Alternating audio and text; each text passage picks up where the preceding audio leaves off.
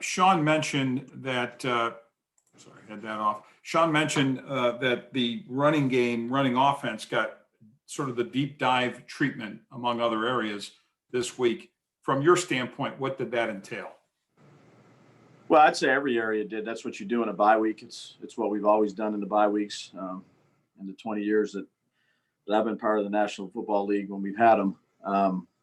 You go back and we try to do it every week, Vic, as the season goes on, because it can get away from you really quickly. We do it every few weeks. So it was just a continuation of what we do self scout wise. You look at a lot of different things. You start with yourself and you look at formations and motions and shifts and where you're trying to gain advantage in the running game, whether that by a certain technique of a defensive lineman or a force issue with the safety or how to get it to where we need to get it. Take a look at the fundamentals of what we're doing and how we're teaching it. Maybe we can change a drill. You go back to the process of trying to improve the things. It's not necessarily the thing right in front of your face. Sometimes it's other things. So you try to make little adjustments to a practice schedule or a drill work or, send a quarterback down to do some more cadences with them.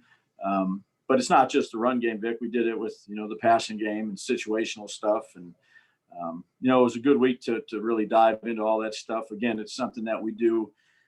I'd say we do it on a consistent basis. You do it with the game that you just played, the next day on a Monday with the way we do it offensively, we do it collectively and watch it together. And you're able to collaborate and talk and go through adjustments. And, and there's sometimes you stay in after that and do the last three games. So that's something that we've done here for a while. We'll continue to do that. It's not just, the bye week, there's an end all be all. It's a continuation process of the evaluation of yourself that you do. And Brian, one more. John Feliciano, so much is made by his teammates, and I'm sure at some point you might have mentioned it, or Sean, his demeanor, the way he goes about things in this, for sake of a better word, nasty way, aggressive way. As best as you can encapsulate that, what's your thought process about this demeanor thing with John Feliciano and how it, permeates, if it can? Yeah, I think he has the traits that we covet for an offensive lineman. He's smart, he's tough, and he loves football. When you have big guys that are smart and tough and love football, that give a lot of effort and have an aggressive mindset, that's really what we're looking for out of all our offensive linemen. Thank you.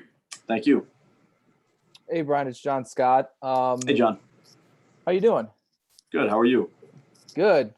As rested as we could be, sticking around here. Okay. It appears, we don't know officially the injury report yet, but it appears more guys like Mitch and Cody are going to be back or really close. What is that going to do to have your full complement of offensive linemen in regards to building continuity? Yeah, I think anytime you can have your players out there collectively working together, that helps, whether that be with the offensive line or the receiver group. Hopefully that everybody will be ready to go here as we get practicing tomorrow. And, it's good for everybody. I know it's a theme and a topic that we've discussed with you, even dating back to last year and throughout this year, continuity on the offensive line. Mm-hmm. How truly important is that for success? And especially I understand that usually you get more that helps as the season goes on. And obviously you haven't been able to get that to this point.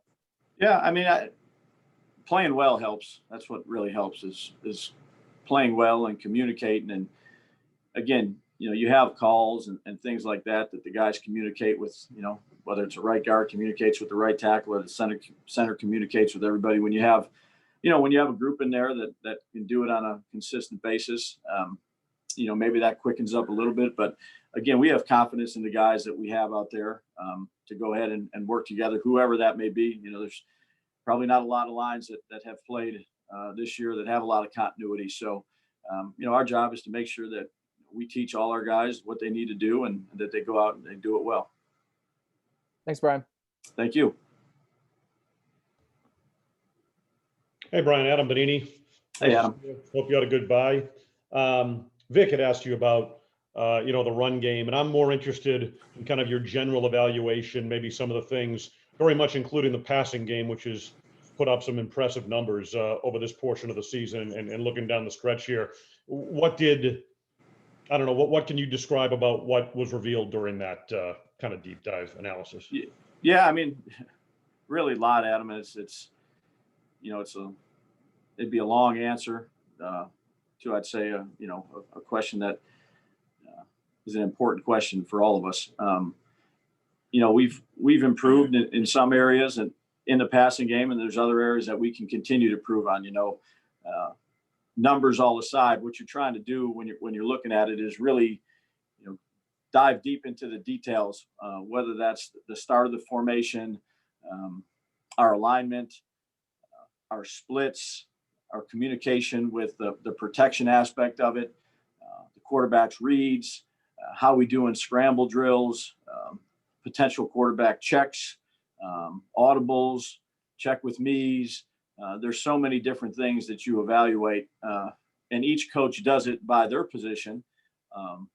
And then we all sit in there together and we talk about it. So it's not just, I'm sitting in there with Chad Hall, with the receiver coach, Bobby's in there too. And we're talking about how it's all intertwined, which it really is.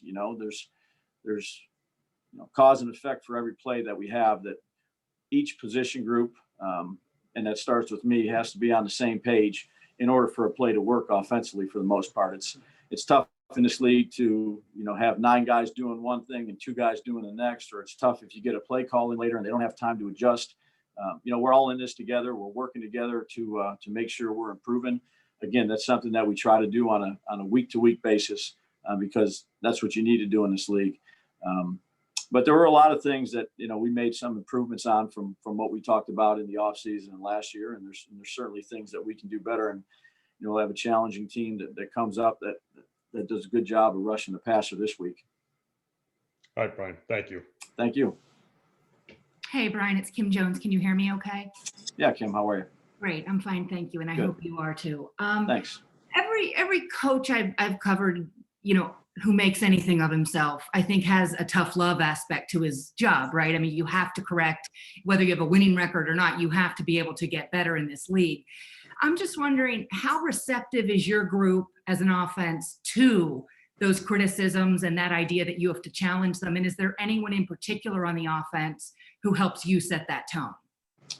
No, we try to be, I try to be consistent every week with our players and our coaches. I think that, being up one week and down the next week just based on a result is counterproductive at times, in particular positions of leadership. I think consistency and truth go a long way. And as long as you can build the relationships prior to those things, you can manage tough times, because we all know there'll be tough times in this business. There'll be criticism, there'll be losses, there'll be things that try to break you down a little bit, but you need to stay strong and face adversity head on. And the way you do that is to build a solid foundation of relationships where, the trust level, the respect level, the accountability, the integrity, the loyalty of me to you and you to me, and a coach to a player and a player to a coach, maybe from a different position group. That's offensively how we approach it. It's not, you're sitting in there and ripping a guy in a meeting. There's a clear level of an expectation and a standard that we all should hold ourselves accountable to. And if we're not reaching that standard, or something causes us not to reach it, then, our answer as a coach is to find out why, and to try to help the player, and the same thing with the players, to help one another. But it's a collective team effort in our room. And I'm very appreciative for the guys, how they approach things, and the things that, the feedback that we give back to them and they give back to us. It's a team sport, and I think it's a team sport when it's, you're dealing with a coach and a player too. I appreciate that. Thank you. You're welcome. Thanks. Hey, Brian. Hey, buddy. How are you? I'm good. You've been in a lot of different cities during your career, and now being back in your home base. I mean, what are weeks like to buy, and some off-season weeks where you're here? What's that like for you, being around family and stuff like that? Yeah, it's good. Your family is everything to you. We work hard in this job, and I have my wife, and we have 6 children that it's good to be around. But then you have times where you can visit your grandparents who live right down the road from the stadium, the house that you grew up in, that the previous 20 some years you didn't have an opportunity to do, or, go visit an aunt and uncle that mean the world to you. So, family's important, and that's something that you take for granted when you're here or when you're in your hometown. But, when you're at other places and you don't get an opportunity to do that, it just means that much more. Mhm. And in terms of football, you take a guy like, Mitch, who, from my conversations with him over the last 2 years, he cares a lot about this. So when there's something that pops up like this, and like Sean said, we'll see what happens this week. What are those conversations like with a guy who obviously takes pride in what he does to maybe not be out there as one of the 5 best? I mean, what's that like? Those are conversations that you have more times than you think in this business, with whether it's players or staff. And again, when you're in a leadership role, you're honest, you're forthright, you have some empathy if something changes, because look, everybody puts a lot of time and effort and energy and work into it. So we'll see what happens this week. Thanks, Brian. Thank you. Coach, good afternoon. Mookie Hawkins, Waffle Sports 1080. How you doing, sir? Good, Mook. How are you? Excellent. Last year, well, actually this year, we can go to this year. Number 1 passing, rushing, 20. If those roles have reversed, going into December, you want to be playing your best football. It's going to be cold. It's going to be wet. So how do you get a more balanced attack going into December, Coach? Well, you don't know if it's going to be cold or wet just yet around here. One day it could be 60 and the next it could be 20. You're not sure about that. So and you try to prepare in advance for, possible conditions that you might have.